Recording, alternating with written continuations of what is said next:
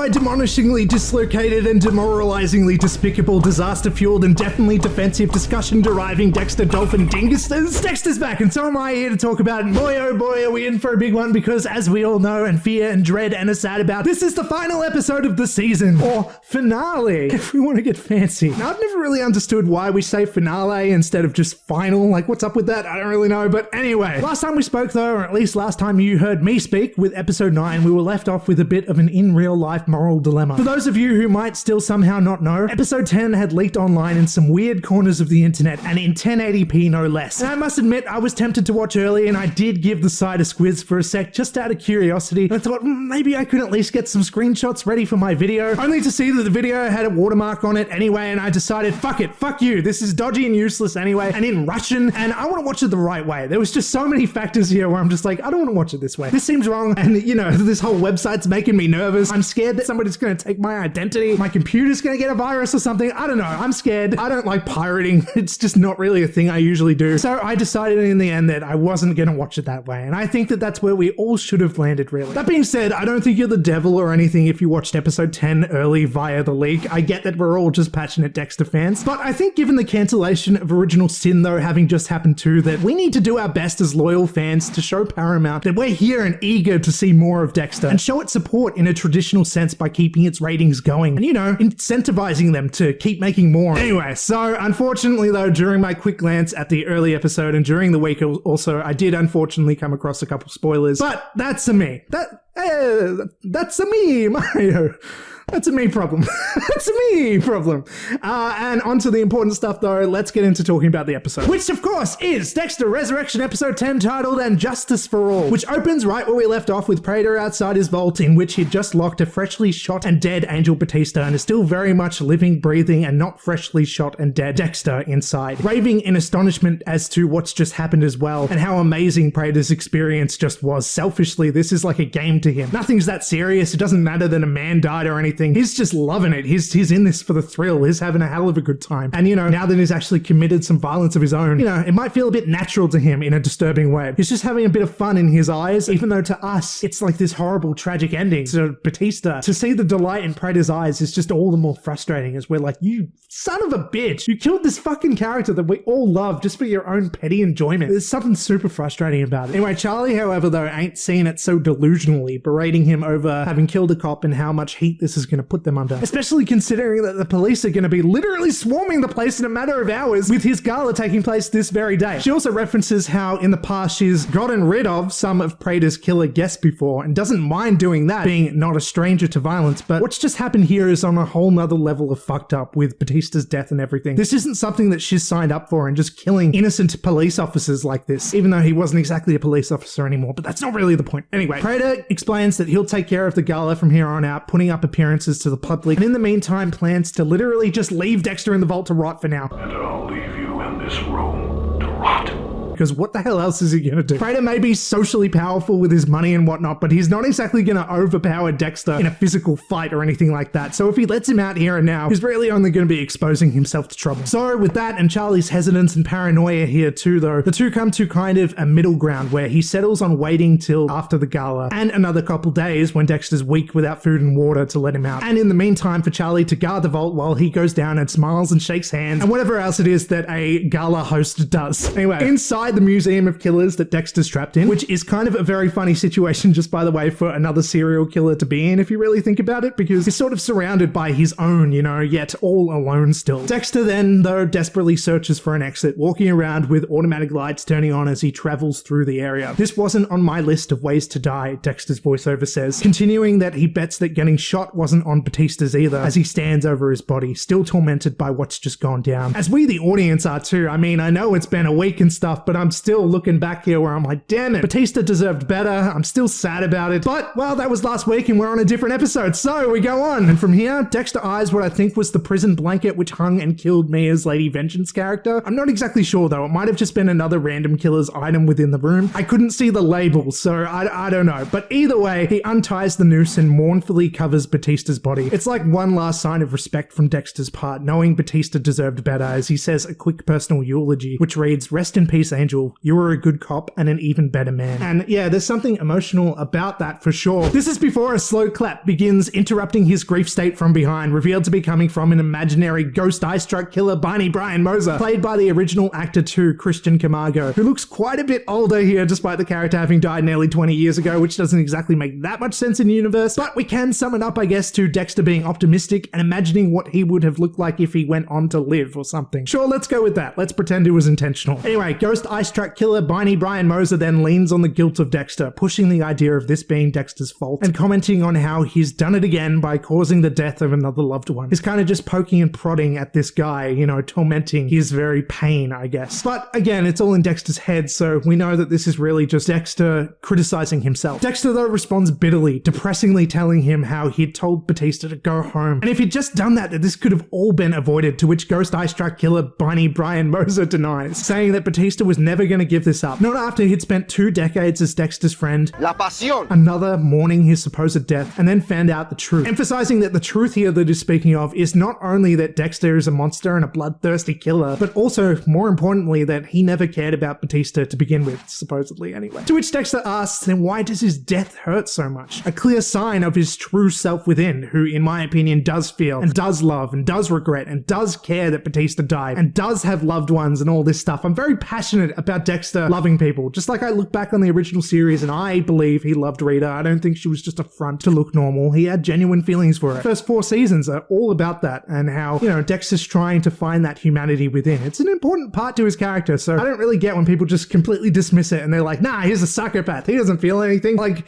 I don't know. Are you paying attention to the show? But anyway, ghost ice-truck killer Barney Brian Moser bites back, saying that the idea of Dexter actually caring comes in the form of him desperately clinging on to the words of his fake dead father and Harry, playing the devil on Dexter's shoulder to the angelic ghost Harry's usual role, as he pleads for Dexter to listen to him, his real brother, biologically instead. And I do have to say a bit of a rebuttal here to ghost ice-truck killer Barney Brian Moser, in that why does he think Dexter clings on to his dead dad's words so much? It's because he cares, dipshit. Brian keeps pointing out the ugly side to Dexter, talking about how he chose to kill him all those years ago, and even when given a second chance here to embrace who he is and truly lean in and be free into his killing ways here with Prater and his guess that he once fucked it up again and destroyed all that, and all for the sake of a dying man whose last words to him were fuck you. Well, then fuck you! It's like, damn. Yeah, Batista wasn't exactly on Dexter's side, but it's clear who's in the wrong here, you know? You don't want to listen to ghost ice truck killer Barney Brian Moser. He's clearly like an evil dude and shitty part of your subconscious, Dexter. And this all pisses Dexter off as he tells this ice truck killer Barney Brian Moser that he's glad he killed him when he had the chance. And with that, I gotta say that it was nice to see the cameo of Brian Moser once again to return here, but I'm so glad that Dexter is sticking to his guns here and not buying into his own bullshit and delusion. He's just straight up being savage towards Brian Moser, and I'm kind of like, I get it, man. I was backing you back in season 1. I know a lot of people are like, oh, why'd he kill Brian Moser? What a cool character, but he's really not. Brian Moser was a bad guy.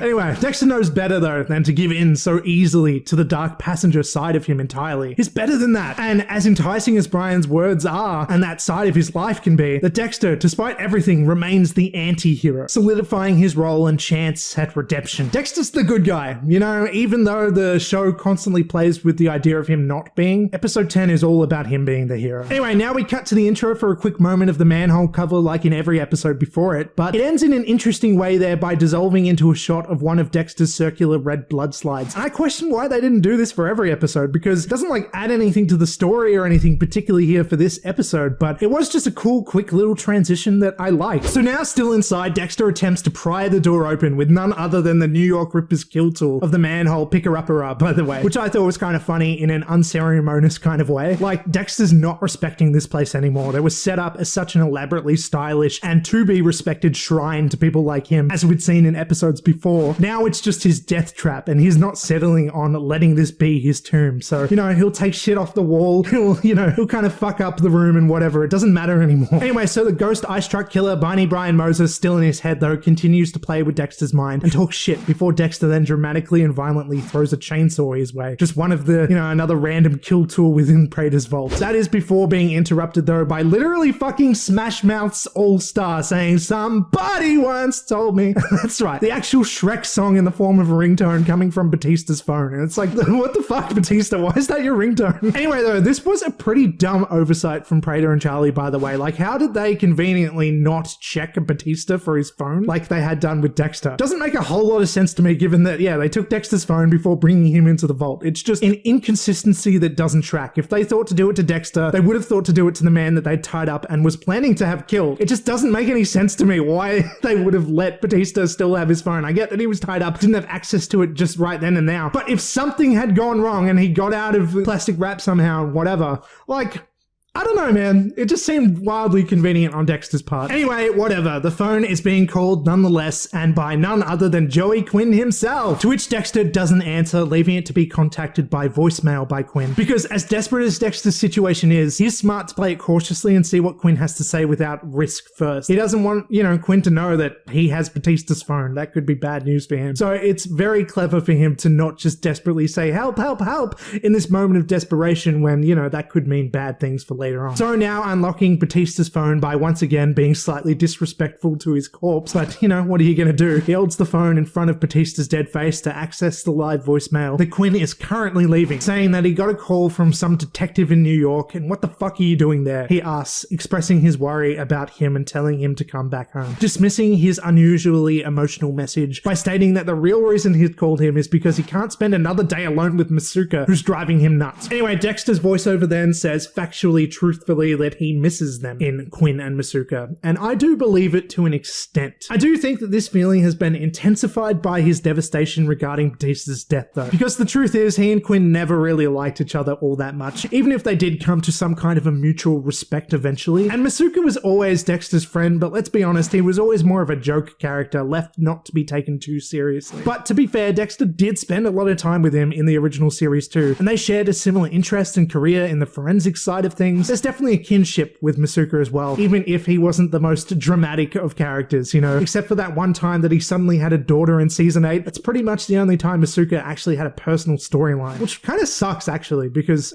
Masuka's kind of a fan favorite. Anyway, aside from all that though, Dexter then settles on calling the one person that he does have left in Harrison to ask for help. An imaginary ghost Harry once again now pops up in the absence of a ghost ice truck killer Brian Moser now to question what his intentions are with this, pointing out how it could be a danger to Harrison if he brings him straight to, as he puts it, the lion's den. But what other option does Dexter have? So Harry says, look, you promised to keep Harrison safe, urging him to not tell Harrison where he really is. But this is really just playing into the cautious side for Harrison's sake in Dexter's subconscious. But whom Dexter responds, I can't protect Harrison if I die here. He has to go on living somehow for his sake, for Harrison's sake. And I don't know, it's quite obvious that Dexter's not just gonna not try.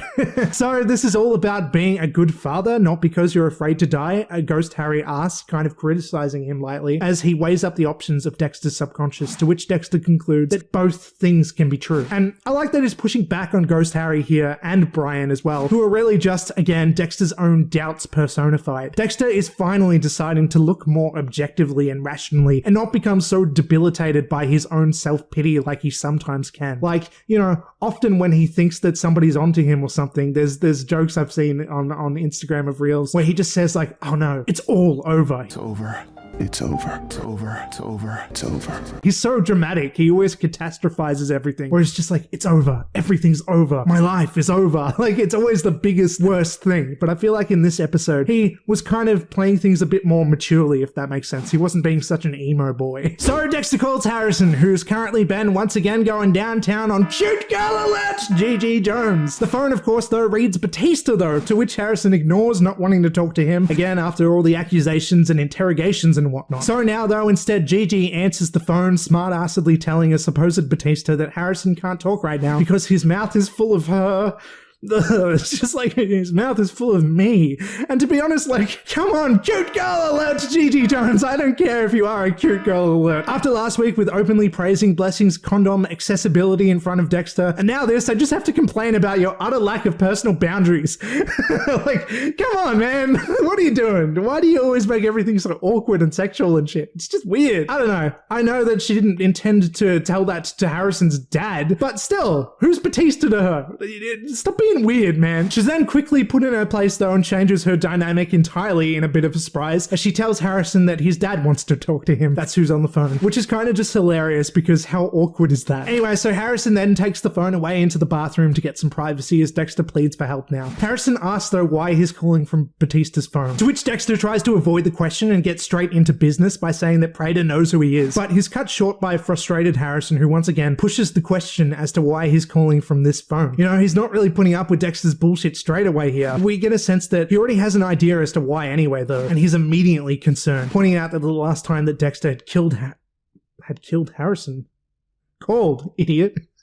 Killed Harrison. Pointing out that the last time Dexter had called Harrison from a cop's phone was back in the last episode of New Blood after he'd killed Logan. Frustrated right back, Dexter isn't ready to have an argument or deal with petty drama right now. He acknowledges the whole Logan thing, which I say that like it's not a big deal, but like he did just kill this innocent guy, but whatever, we brush on over. So he acknowledges the whole Logan thing, but stresses that Harrison needs to listen now, telling him that Prater killed Batista and he's next. So getting right back on board now, instead of further creating drama between he and his dad, Harrison snaps back into reality. Oh, there goes gravity, and asks what he can do to help. So now we cut to Harrison calling Lance now after having turned down the gig at the gala in the last episode, and Harrison asks if it's too late to show up for the job now, to which it isn't, giving Harrison a perfect excuse to reasonably be there at Prater's property and plausibly not know anything about what's going on with Dexter, and giving him an easy way in to such an otherwise exclusive event. Great! Wonderful! Wonderbar! Perfect! This is just like, again, how convenient. Dexter always has that you know, string of good luck all the time where things just always go kind of right. So now, still within the vault, Dexter comes across a series of files consisting of all the info that Prater has on his serial killing guests. So thinking that Dexter may be able to find something helpful, like perhaps the code to the vault, he digs. Picking out Lady Vengeance's file marked as active as of June 2019 and hasn't been updated since. Lazy Prater. He gets another though through the files for a guy named Keith Bauer, who aka is known as the Canton Clubber, who was the guy that Al Jolly had asked about in attendance back in episode 4. Is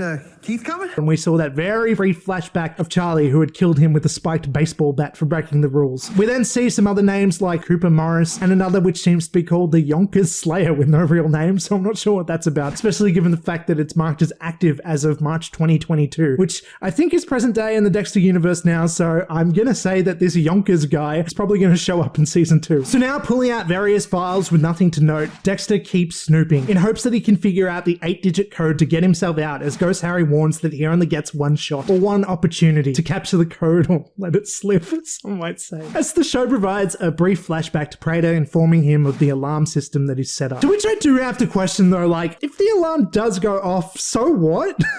It's like, does Prater expect that Dexter's not going to try to escape? Like, I get that the alarm going off would confirm that Dexter's trying to do so it's probably best to not have that happen, but still, I wouldn't be like way too worried about the alarm going off. It's not like the absolute worst thing. That is at least before the gala begins. Once the gala does begin, which happens soon, then Dexter would be under threat of being found out by somebody other than Prater. But before it starts, who cares if the alarm goes off? I don't know. Anyway, Dexter then comes across another file labeled Charlie Brown, the unfortunately named Uma Thurman character, who, is also included in these files. Dexter then sees his kind of own file under Red Ronald Schmidt's Dark Passenger Killer file, filled with pictures of him, which he points out that he has to destroy these before he gets out of here, not wanting to go down in history as the Dark Passenger, who he fundamentally isn't. He's the Bay Harbour Butcher. He is not taking credit for being some other shitty, not as good as him killer, you know? Anyway, onto Cooper Morris's file now too. Dexter finds the accident file of his parents' death, in which was of course Morris's doing, and Dexter concludes that he may not have written the code down if it was a number he'd never forget, like that very formative date, the date of his parents' death, and to which Prater obviously holds some emotion, given that he also holds his gala on the same anniversary. Dexter's betting his life on this being the 8-digit code, the 26th of March 1982, 03261982, which is actually a little hilarious though, because it's almost like as pathetic as Prater setting his password to be password or 1234 or something like that. Like, come on, dude, are you an idiot? Everybody wouldn't be able to figure that out. Like, it's such an important date to you. You kind of base your entire life on it. Like, come on, man. What are you doing? We do find out later that that's not the code, so I'm kind of criticizing him for no reason. Anyway, I was thinking if Prater's smart, he could have done this date. He could have done the date, but done it the Australian way, where it's the day first and then the month. Dexter probably wouldn't have thought of that, because he's American.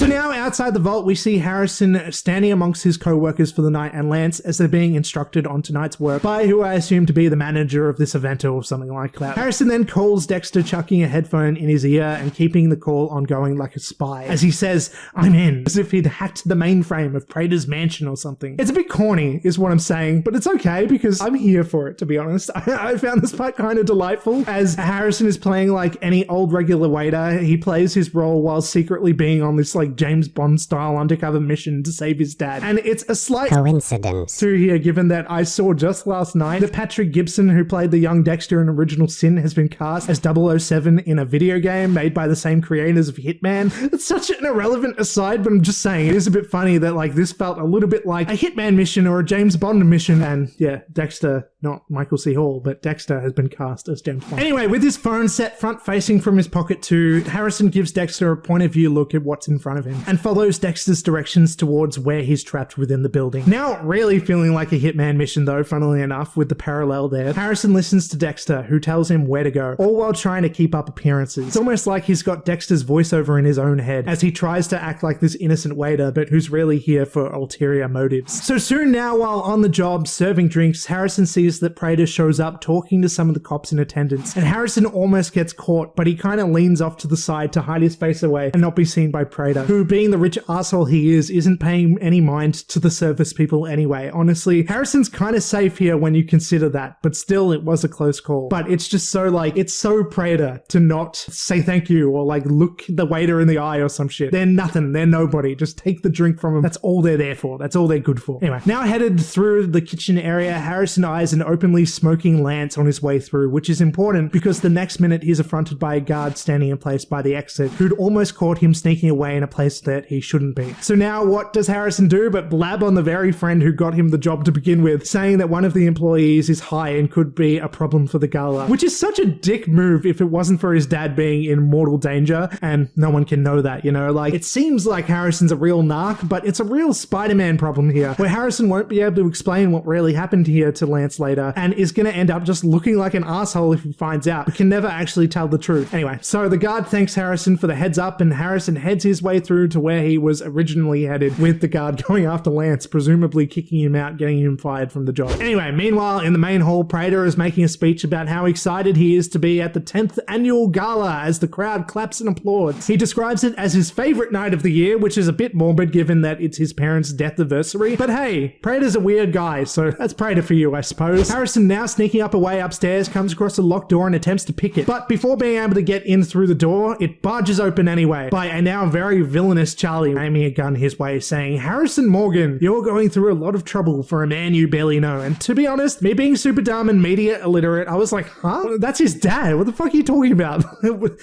What? Harrison knows Dexter? Before I then realized, oh yeah, Charlie doesn't know that Harrison knows that Dexter is a killer. So I guess that's what she means there, I think, as she leads Harrison into the lounge before the vault entrance by threat of her gun. Anyway, now Harrison gives Charlie his phone, not knowing what else to do, as the two in Dexter and Charlie start a conversation, starting with Dexter smartassedly saying, "Charlie Brown, so good to see you," and then telling her to open the vault, to which she says, actually, she thinks she's good leaving the Bay Harbour Butcher locked away, actually, which is kind of funny because it's like, yeah, why the fuck would you? Before Dexter then, though, sends what he'd found in her file in the vault, a screenshot of a picture of her speaking to the prison guard, timestamped the day of Mia's suicide. To be fair, that alone isn't definitive proof, but it does look bad, and Dexter points out that that's not all that Prater has been keeping secretly filed on her, having kept an eye on her, and all this info taken as potential collateral if need be. He's got all the dirt on her, basically, and this is pretty much just like an utter betrayal to her. So Dexter now threatens to airdrop her dirty laundry now on the crowds below attending the gala. It would only take him a second, he says, then emphasizing the concern of who would look after Charlie's mum if she went to prison. Dexter somehow, despite everything, now has leverage, and much like a superhero with the power of super luck, Dexter's done it again and found a way to potential freedom here. So he offers Charlie a deal to destroy the file and evidence for the price of letting him out and letting he and Harrison go, for her to never see them again. Her counter offer though goes as her letting Harrison go and letting Dexter die in the vault, with the threat of being good at finding people if need be, and will come after Harrison if anything goes awry. Even if it's a few years from now, she won't forget, and he'll never be able to hide from her forever. Also threatening to torture Harrison too, which I vaguely don't really buy. Maybe it's true that she would, I don't know, she has killed people before, but we also know that Charlie doesn't like senseless violence, and I just don't think that I buy that she's gonna torture this kid who she thinks doesn't doesn't even know about the serial killing to begin with. I just don't think that that's the kind of person that Charlie is, right? She's, morally complex. She has killed people. She's not a stranger to violence, as I've said before, but she's not utterly, completely villainous in every single way, I would say. Anyway, but the threat lingers nonetheless as Charlie excuses herself now to go handle her unfinished business with her boss now, infuriated with the fact that he'd kept these tabs open on her. Openly leaving Harrison now, though, with the option, though, of being able to attempt to open the vault under the threat of later coming after them. To which obviously is the choice that they're doing. Like, what, Harrison isn't going to try and save his dad? So it's like, yeah, whatever, Charlie, you crazy son of a bitch. You're a season 2 problem now. Bye! If she comes back, which I kind of think she won't. But anyway, Dexter then instructs Harrison very, very slowly now, frustratingly so, given the fact that we see that Batista's phone only has 2% battery left, and I'm kind of freaking out as I watch. Harrison says to switch the call to audio only, which, oh my god, how had he not already done that? And I'm thinking like, oh my god, my phone goes straight from like 5% to just dying. Like anything under 10 is really unpredictable and urgent. And I'm just like, hurry the fuck up and just say the numbers, oh my god, but it's fine. It's fine. The phone stays on for long enough for Dexter to tell him what to do. So first though, Dexter says, you don't have to do this. You can leave right now. I'll understand, he says, wasting vital time. It's like, what are we doing here, Resurrection? Am I supposed to buy that Harrison would just leave him because what, Charlie threatened them? Like, who cares? He's obviously just not going to let Dexter die here. And any of this pretending that he might is just dumb. Honestly. I'm not under any illusion that Harrison's just going to let Dexter stay in here to rot. And I'm not under any illusion that Dexter's going to just let that happen either. So Dexter then starts giving Harrison the code as he punches it away before realizing that, wait, this might not be the right code halfway through actually. And once again, I'm sitting here like shitting myself because Resurrection, you sneaky little show, you've done it again and got me on the edge of my seat. Even if I know he's obviously about to get out, they've stressed how they only have one shot to do this. And if the alarm goes off now during the gala, just how bad that's going to be for everyone. And I'm sitting here like, can you even stop entering the code halfway through? I don't know. How does it work? Oh shit, what if Harrison fucks up? Which of course he won't, but I'm happily buying into the illusion that he could. Dexter then realizes that the code more likely is Cooper Morrison's prison inmate number, knowing that Prater eventually took more out of his relationship with Morris than he did his own parents, and thinking that that's the real fundamental, most important relationship in Prater's life. So he tells him the code now, 8266193, and away we go. But oh shit, the phone dies, the phone dies, the phone dies, the phone is dead, fuck me, the phone died, but it's okay because Harrison had heard the whole number. It doesn't matter. So it's fine, doesn't matter. He takes the risk, feeling unsure of what's about to happen for a second, where there's still that last little bit of suspense as he clicks the OK button, confirm to try it, but it was the correct code, and the Morgan boys are then reunited as the door opens, and it's a happy ending, even though this isn't the ending of the episode yet. And it's here where I gotta say, like, they both seem genuinely so happy to see each other, and it's really nice. I love Dexter and Harrison now at this point in the series. They're so good together. I think they have really good chemistry, these actors as well, and it just feels like a really caring relationship now. There's something about it that really, I don't know, man, they got me in the feels here. I'm absolutely on their side. Like, I want them to succeed with everything that they're doing. Anyway, what's worrisome though is that as they hug each other upon their reunion, is that Harrison walks into the vault instead of Dexter walking out of it. I'm like, come on, you dickheads! Fucking hell, this is like Squid Game season 3 all over again, if you've seen that, where the old man pushes the woman out of the safe room or whatever and gets in just for himself. It doesn't matter. Anyway, it's fine, and nobody knows what's going on with them right now anyway. Nobody's coming up to the vault right now. So Dexter tells Harrison to stand by the door and not let it close as he gets a few things before they leave. Quickly, Dexter attains the files of Prater's killers, again something to lead us into season 2 now, with Dexter having all the info he could possibly want on potential targets, as he also can't help himself but to take his own personal collection of the original Bay Harbour Butcher blood slides too, which, as commenters pointed out to a dumb forgetful me in previous videos, that we hadn't seen these original blood slides since season 2 when Dokes had taken the fall as the Bay Harbour Butcher killer. So urgently and lastly, Dexter then remembers that he also needs to go back to recollect his fake red Ronald Schmidt thumbprint while he's at it too. I was a little bit confused here too where he'd lost it to begin with though. I don't think the camera like focused on that. There wasn't a moment where it's like, oh shit, he lost the thumbprint. It's just a thing that happened off screen, I guess. I feel like the show didn't give us that important bit of context, but whatever. Anyway, before parting ways with Harrison now though, as he tells him to leave while he finishes up, Harrison doesn't want to leave him, but Dexter says that he needs to know that Harrison is safe and promises that he'll be okay, finishing this interaction by saying that if something does happen, that he needs Harrison to know that he's really glad that he didn't kill him. And Harrison's just like, yeah, me too. It's like a sincere little moment, but it's also very funny as to just how brief it is. and because of just like how ridiculous this all sounds out of context. Like, what a dramatic life these guys lead. So now outside, dressed up in a Disney-esque ball gown, hell of a hot pink red dress, comes an on arrival Claudette the headphones wearing cop, sans headphones, which might come across as a bit tacky in her current attire. Meanwhile, inside downstairs, Prater is dealing with various police guests before a vindictive Charlie shows up to announce that she quits and is done protecting Prater, to which he just gives the most angry look that you've ever seen in your life right back to her, and he says, "You're not going anywhere." To which she says, "Why not? Because you have a file with compromising photos of me? It wasn't enough to hold my mother's health hostage. You needed to own me." Charlie keeps going, letting Prater know that she now plans to disappear, telling Prater that he's going to keep paying for her mother's medical care because the sensitive information and blackmail goes both ways. This way, all their secrets stay secret and they can both safely part ways knowing that they both have something to lose here. Which does make me question why she couldn't have done that before. She already had sensitive information about Prater to begin with. She knew about his secrets. She just didn't know that he was keeping evidence of hers. I don't know how much sense that makes to me. I feel like if you were just going to end it by threatening to blackmail him, you could have already done this a long time ago. I'm not sure. Anyway, maybe I'm stupid and I'm missing something. Please explain in the comments if so.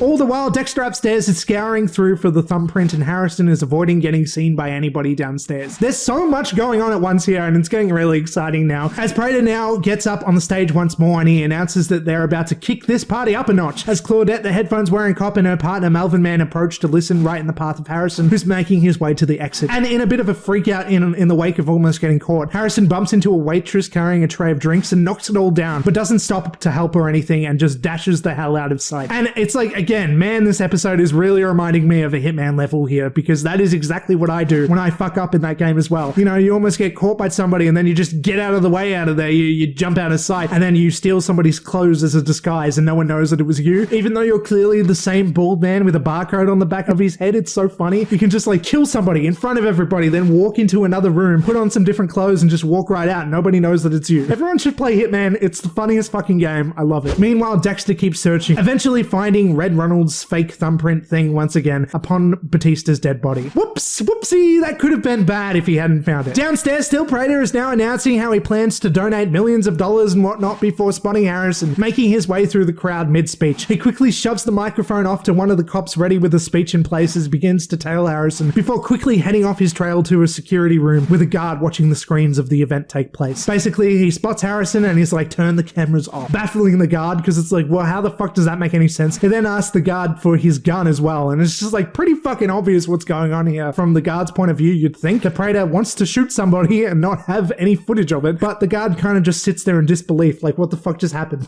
So this is a pretty reckless move on Prater's part in my opinion. Surely he could get a gun from somewhere else in a bit of a less suspicious way within this mansion. Like he probably has his own guns, I would assume. But I guess it's urgent and he needs it now. Maybe he doesn't have time to go fucking around looking for a gun or trying to get it off somebody else in a less suspicious way or something like that. So that's what happens. So now a bit of a chase takes place as Harrison exits the building, almost making it to the street outside before a gun presses up against his back by Prater, who annoyingly got the best of him in this vital moment, telling him to come back inside. God damn it, fuck! So now, having found the fake thumbprint thing again, Dexter is making his own way out before getting a call from Harrison's phone, who is of course really Prater, telling him to come back upstairs as he aims a gun towards Harrison's head. Dexter now heads back inside with a needle drop playing as things intensify, and Dexter questions in his own head if this is the cost of loving someone. He notes that things would be a lot easier if he just didn't care, but obviously we know he does. And this plays almost like a last deafening blow to the side of doubts that Brian Moser was personifying earlier. Dexter does care, as now even a Ghost Harry encourages Dexter to get that fucker. So now, knife in hand, Dexter angrily heads his way through to his son and for the time being mortal enemy. But I was kind of sitting here thinking like, bruh, Prater killed Angel Batista himself in the last episode. He's not going to kill Harrison in the very next one too. So I'm sitting here not in such suspense like I was before with the vault code, and I know that the stakes are higher, so it doesn't make that much sense. I'm not exactly sure why, but it was here where I'm just like, Prater's not going to kill Harrison. It's not happening, you know? But anyway, Prater then goes on to describe how through all their interaction this season, that he actually kind of appreciates what Dexter's done for him, especially following him killing Batista, and that now he's found his own version of what Dexter had once called the urge, and Gemini called the great yearning. He has his own taste for blood now. Prater is definitively a killer now, and it's all thanks to Dexter. He's created a monster,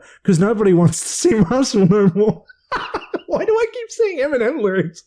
So anyway, Prater goes on to say that this is why I'm so honored that you are here to witness my first non-impulsive kill, as he prepares to shoot Harrison dead right here, right now. And in one final act of desperation, heroism, and selflessness in the way that the writers really want Dexter to come across as now, Dexter offers himself up for the taking instead, promising Prater the opportunity to take out the iconic serial killer of the Bay Harbour Butcher and become the apex predator himself instead, if only to let Harrison go. Kill me and leave Harrison to live with the consequences, just like the man who killed your parents did to you. And it's a pretty smart play. It makes a lot of sense, and it would be very tempting and enticing to Prater. But as Prater responds, he says that he can't leave any witnesses anyway, so he's gonna kill them both here and now. He's gone super villain mode, and he's just like, yeah, there's just no stopping Prater now. It's clear what has to be done. Dexter then goes on to apologize to Harrison in what seems like a to Prater normal and regretfully apologetic way. I'm sorry I couldn't give you the protection that you needed, he says, seemingly as a final bid at empathy perhaps, or just wanting to say some last words to his son. Either way, it wouldn't be too suspicious. But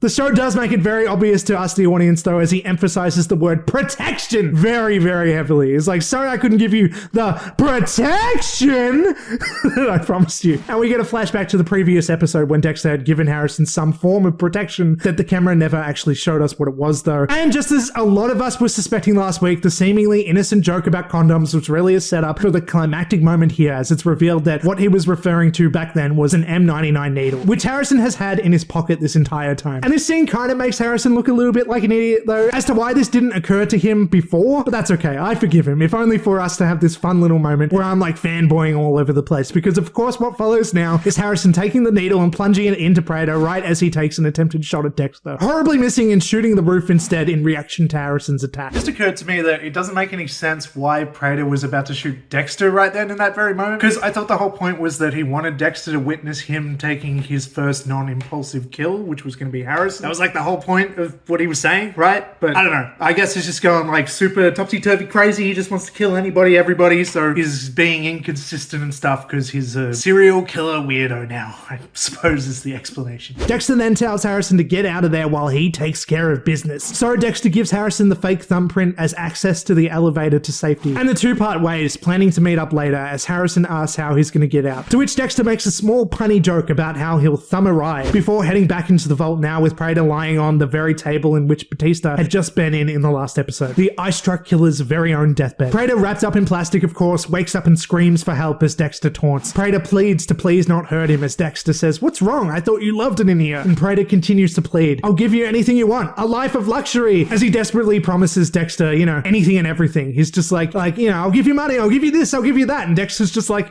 I'm good. I don't care.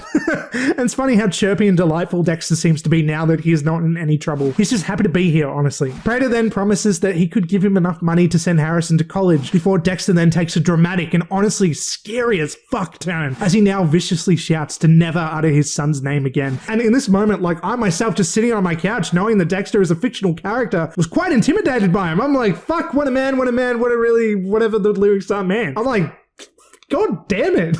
There was just something about it where I'm like, that is maybe the scariest that Dexter has ever come across as to me. I'm not sure. Maybe that's not true. Maybe I'm exaggerating. But anyway, frustrated, Prater then says that none of this would have happened if he'd just killed the cop Batista when he was supposed to. As Dexter smart-assedly bites back an insincere apology as he explains that he tries not to kill good people. And Prater in response mocks the idea of a serial killer with a conscience. But he phrases it like a question though, like it's the most ridiculous thing that he's ever heard of. I'm like, Prater, my guy, I thought you were like his biggest fan in the world. Surely you already knew that this is what the Bay Harbour Butcher does in only killing bad guys. That's part of his whole deal, man. It's not exactly like a secret. It was even in the book that Gemini picked up in episode 7, dude.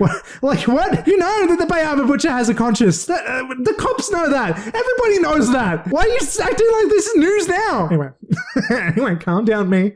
Calm down. Dexter then briefly explains that it's a code that he follows, given to him by his father. He understood my childhood fated me to be like this, he says, just like your childhood fated you to be like you are. He says that very judgmentally, by the way. But my father had a thing for justice. So I was intrigued when I found Red's invitation and your dinner offered a buffet of killers to feed my urges. But then I got here and being around like-minded people was so intoxicating. And Prater agrees, desperately trying to latch on to something here, saying that was his whole idea. That's what he's always wanted. And the point of these meetings was to give people like him a place to belong. Prater's basically just getting on that very last string of hope where it's like, maybe he's not going to kill me. So Dexter then gives him a big smile and says, I know, but It's far from friendly. I got to hear Al and Lual, lol, Mia and Gareth speak openly and gleefully as Dexter giggles like a schoolgirl about their kills. And it was a fucking revelation. But then I realized all the victims were innocent people, not so like-minded after all, he concludes, at that quite stark contrast. You made a compelling offer, Dexter says, a chance to give my son generational wealth over generational trauma. But I learned something about myself here, that thing for justice runs in the family. Confused, Prater asks, so it's not about the thrill of the kill? And Dexter says that both things can be true, which I love as a small kind of callback to his conversation with Ghost Harry earlier. But now cut back to the gala with Claudette, the headphones wearing cop, and Melvin Man hanging around waiting for some big announcement as to what the grand total raised for the charity is going to be. 11.4 million, with Leon Prater's generous match doubling it to 22.8, I guess. But I'd argue that Prater could have done a lot better than that, just by the way, being a fucking billionaire. I mean, sure, I know that he doesn't have to give money away and whatever. Rich people can do what they want with their money. It's their money and whatever. But I'm just saying, like, you're a fucking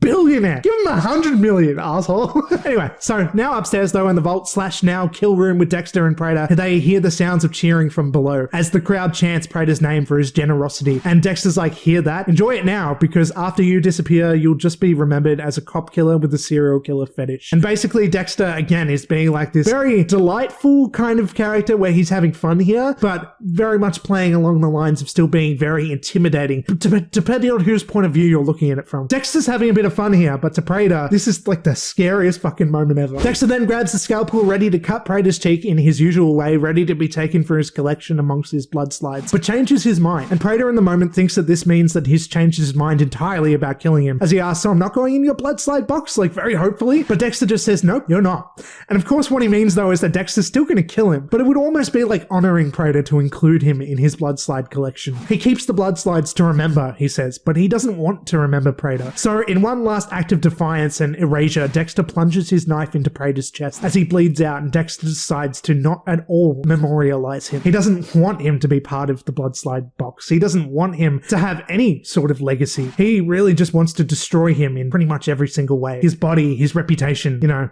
his whereabouts. Dexter's gonna take it all. Anyway, before leaving, he then takes Prater's entire thumb for the elevator down and begins wiping down the entire vault to clear any of his own fingerprints. Downstairs now, Claudette is leaving right this second because she never really wanted to be here to begin with. So as soon as the big charity grand total thing was announced, she starts to exit before her favorite song in the world starts playing, Staying Alive, which is just so fucking funny because like they've played this multiple times throughout the season and now she just decides to stay back and be happy even though she was really apprehensive about being there like the entire night beforehand. But now she's like enthusiastically hurrying on over to the dance floor to hang out and get her groove on with Melvin Man. It was like her calling. It was her destiny. It was fate. She couldn't leave with her favorite song playing. I don't know. It was kind of like a cute moment, but it's also like, what is this? Well, like, I don't know. There's just something dumb about it. Anyway, back upstairs now, Dexter finishes up having cut up Prater's body and chucked them into garbage bags like he always does. He bids Batista's body one final farewell for real this time. And just before heading out though, notices a picture framed with Prater and a boat. And this is how Dexter's going to establish himself with a boat, just like back in Miami. He's going to take Prater's. And I couldn't be more excited for that to be the case, to be honest. This is all before Dexter purposefully punches the vault code incorrectly, setting the alarm off for all the guests to hear, ending the event in urgency as everybody begins freaking out. Dexter then makes his own way down the elevator just in time, with Claudette, the headphones wearing cop, Melvin Man and a swarm of cops headed their way towards Prater's wine cellar, and they discover all that's to find in Prater's serial killing memorabilia museum, along with Batista's body, as Dexter now sails off into the sunset on Prater's boat, metaphorically, because really it's still nighttime at the moment. Anyway though, we also catch a glimpse of the boat, which is named The Getaway, which is the title of the last episode of season 4, and I fucking love it. Oh my god, oh my god, oh my god. Let's all nerd out at that absolute perfection. That's such a good detail, as Dexter also makes his own The Getaway. He gets away as well. There's just layers of perfection to it. I love it. It's so cool. And it's definitely like a little bit of an Easter egg for like the big Dexter fans who know episode titles and stuff. This is all as his voiceover reads, being back on a boat is a resurrection of sorts, but it's different this time. Harry taught me the code to keep me from getting caught, to control my urges. And I do question how, come on Dexter, how is it really any different this time? Because it's not really. You've always gone on about how Harry taught you the code, so I can't really get on Dexter's level with what he's literally saying here in this very moment, but I don't care. Some fancy jazz music music plays along and he hastily makes his getaway on the water. And I just love it. I love it so much. But back in the vault, Claudette asks one of the investigating police officers if there were still no signs of Prater, to who answers no, but guess whose prints were on the gun? So basically, there we have it. Prater's gonna take the fall. I mean, look, he did do it, so it's not like he's taking the blame from somebody else. But still, it's just like it confirms to us that the police also now know that Prater was a bad guy, along with his weird fucking museum and stuff. That he killed Batista as well is just,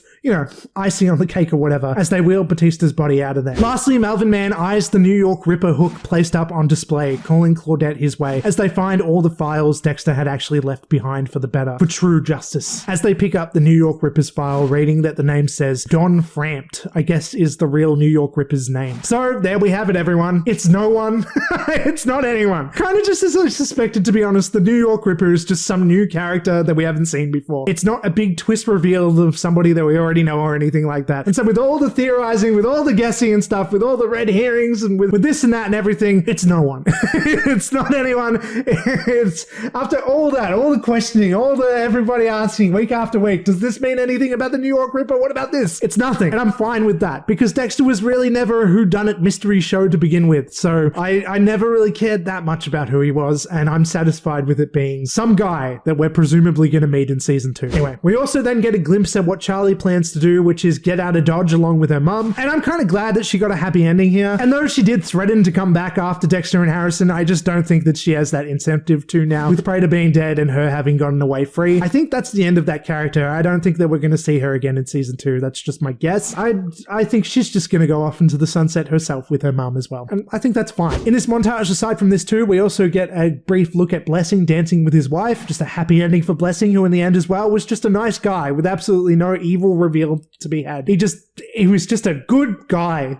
That's all. That's his whole character. He's just a good guy. And he got a lot of screen time for that, but good for him, I guess. I still like him. I like that character because he's so delightful. Back at the boat now, though, Dexter's monologue continues. But my urges are evolving. When I came back from the dead, I thought I was fated to a solitary existence. But maybe I'm not built for solitude. I need people like Blessing and his family. As Al said, even people like me need to belong. Harry always pushed me to lean on Deb, but she's gone. I miss her. But now I have Harrison. He can lean on me. And when my darker urges start to swell, I can lean on him to become more human, more connected, to remind me why I do what I do. While he makes his speech to us, we also see the Dexter sailing in front of the Statue of Liberty with kind of like this classical jazz type music still playing. And I think perhaps that this is Resurrection's version of the Spanish salsa music that suited Miami's locale so well. I think this might be what Resurrection's sound is more suited for, as he throws Prater's body parts into the water. And I do feel like, though, I need to comment that this is a very, very public space. Like, I'm sure that back in Miami, people passed where he left the bodies too, but this is like an iconic landmark. I myself have been close to there, and it just seems a little bit risky to do it right in front of the Statue of Liberty. You know, he might have wanted to try one of the other sides of the city or something, but hey, who am I to judge? Because if he didn't do it there, we wouldn't get the cool shot of Dexter in front of the Statue of Liberty, I guess. So it's worth it.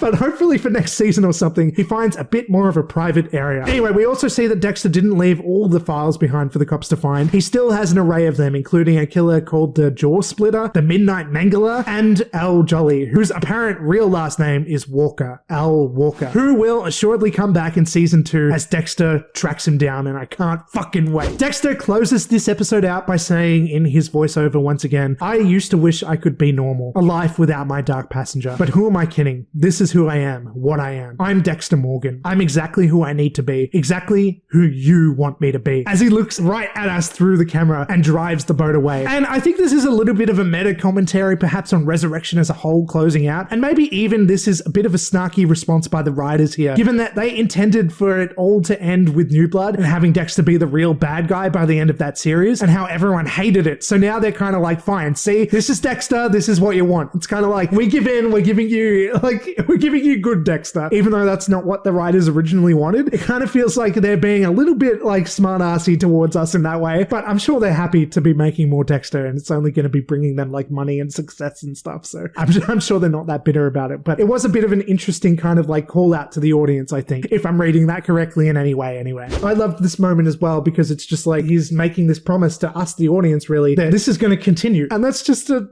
exciting, you know? So yeah, with that being said, this is easily the best Dexter season that we've had in years, up there with the first 4. I don't know where I'd rank it quite just yet, maybe in 5th place after the first 4, but it's a tough one. I won't let let recency bias plague my judgment for the moment and come back with clarity and reflection later. And that's that. That's the episode. And that's the season. And that's my last video on the season for now. Not that I'm gonna retire now or anything like that. I'm sure I'll be making more Dexter content before the next season comes out too. But for now, I do also plan to getting back to talking about movies and stuff as well in between. And I'm hoping everyone who's joined recently with this season and Original Sin are all right with that and can maybe stick with me and enjoy me making videos about some of my other favorite things. These are a few of my favorite things.